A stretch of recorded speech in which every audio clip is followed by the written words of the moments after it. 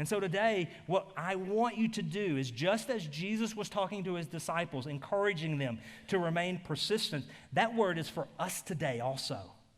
You see, this wasn't just written, it was specifically written to a context, first century Jewish people in that context, but it has words and message for us, application for us today also.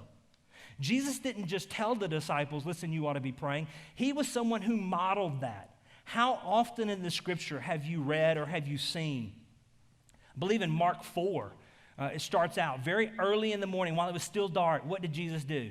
He got up, he went off, and he prayed so that he could commune with the Father, so that he could bring those requests, so that he could have communication with him. The scripture tells us that on the night before Jesus went about to pick the 12, to choose the 12, you know what he did? He spent the entire night in prayer.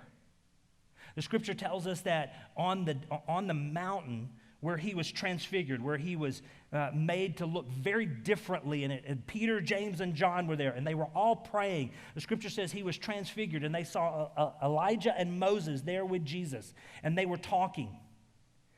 On the night prior to Jesus being crucified, he was in the Garden of Gethsemane. And what was he doing? He was praying. And what was his prayer? God, not my will, but your will. You see, Jesus was in constant communication with the Father. He was persistent in his communication. And that's the point that Jesus is making here at the very beginning, that we ought to be in prayer consistently, persistently, fervently, and not lose heart in that.